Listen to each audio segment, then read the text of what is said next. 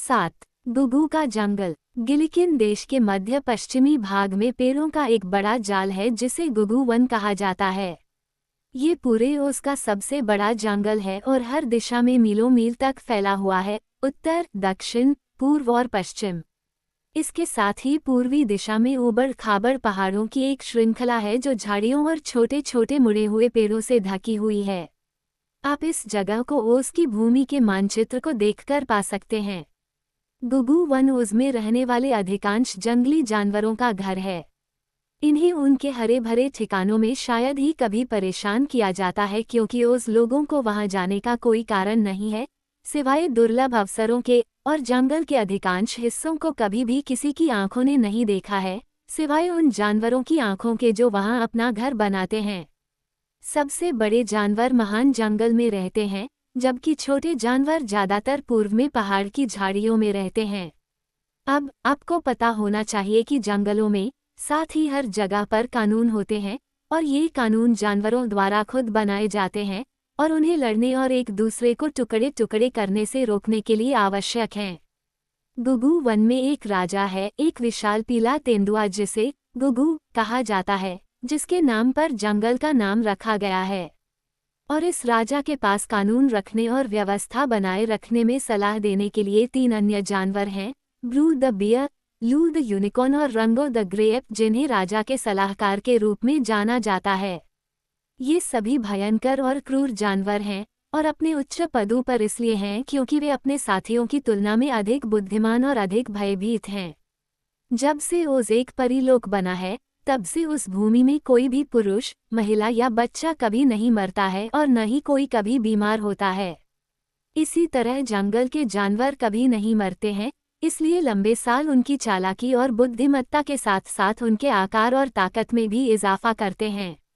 जानवरों या यहाँ तक कि लोगों को भी नष्ट किया जा सकता है, लेकिन ये कार्य इतना कठिन है कि इसे शायद ही कभी आजमाया जाता है, क्योंकि यह बीमारी और मृत्यु से मुक्त है। यही एक कारण है कि ओज एक परिलोक है, लेकिन ये संदिग्ध है कि जो लोग बाहरी दुनिया से ओज में आते हैं, जैसे डोरोथी और बटन ब्राइट और ट्रॉट और कैप्टन बिल और जादूगर, हमेशा जीवित रहेंगे या घायल नहीं हो सकते।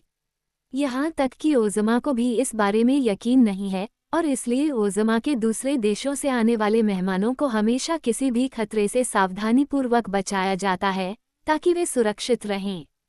जंगल के नियमों के बावजूद भी जानवरों के बीच अक्सर लड़ाई होती रहती है।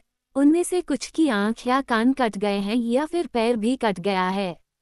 राजा और राजा के सलाहकार हमेशा लड़ाई शुरू करने वालों को सजा देते हैं, लेकिन कुछ जानवर इतने खूंखार होते हैं कि वे कई बार कानून और सजा के बावजूद भी लड़ते हैं।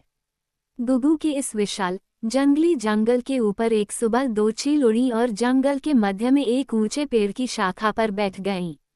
ये वह स्थान है जहां से हम अपना काम शुरू कर सकते हैं, उनमें से एक ने कहा, जो रगगेरो नोम था। क्या यहाँ बहुत सारे जानवर रहते हैं? दूसरे बाज किकी-अरू ने पूछा। जंगल उनसे भरा पड़ा है, नोम ने कहा। यहाँ पर्याप्त जानवर हैं जिनकी मदद से हम ओस के लोगों पर विजय प्राप्त कर सकते हैं, अगर हम उन्हें हमारे साथ शामिल होने के लिए सहमत कर सकें।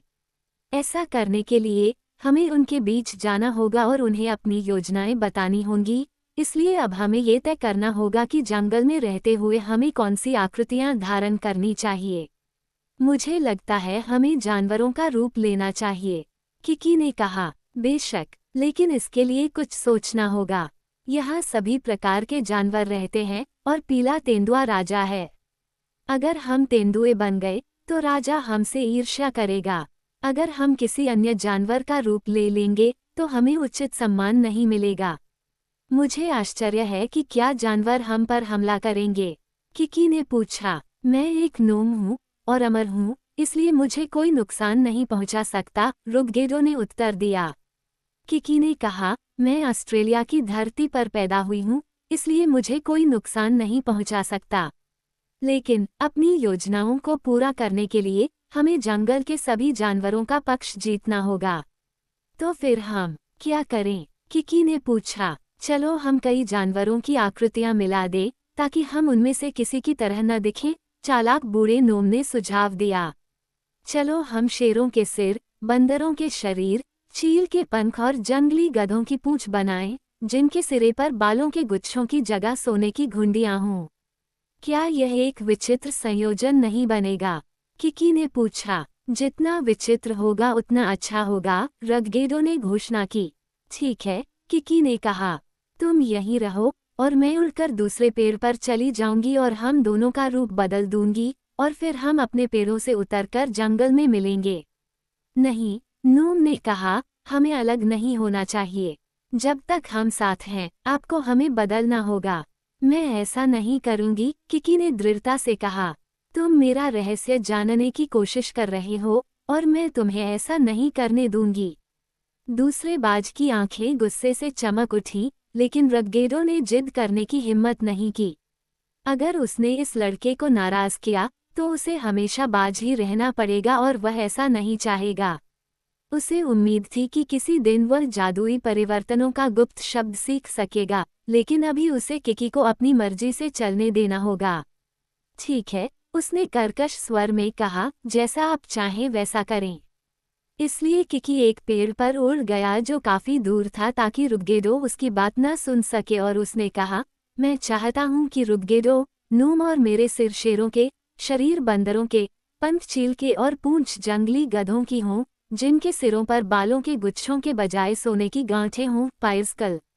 उसने जादुई शब्द का सही तरीके से उच्चारण किया और तुरंत उसका रूप बदल गया जैसा उसने बताया था। उसने अपने बाज के पंख फैलाए और पाया कि वे उसके बंदर के शरीर और शेर के सिर को सहारा देने के लिए काफी मजबूत थे। वह तेजी से उस पेड़ की ओर उड़ गया जहां उसने रगगेडो को छोड़ा था। नूम भी बदल गया था और पेड़ से नीचे उतर रहा था क्योंकि उसके चारों ओर की शाखाएं इतनी घनी थीं कि उनके बीच उड़ने के लिए कोई जगह नहीं थी। किकी तुरंत अपने साथी के साथ जुड़ गया और उन्हें जमीन पर पहुंचने में ज्यादा समय नहीं लगा।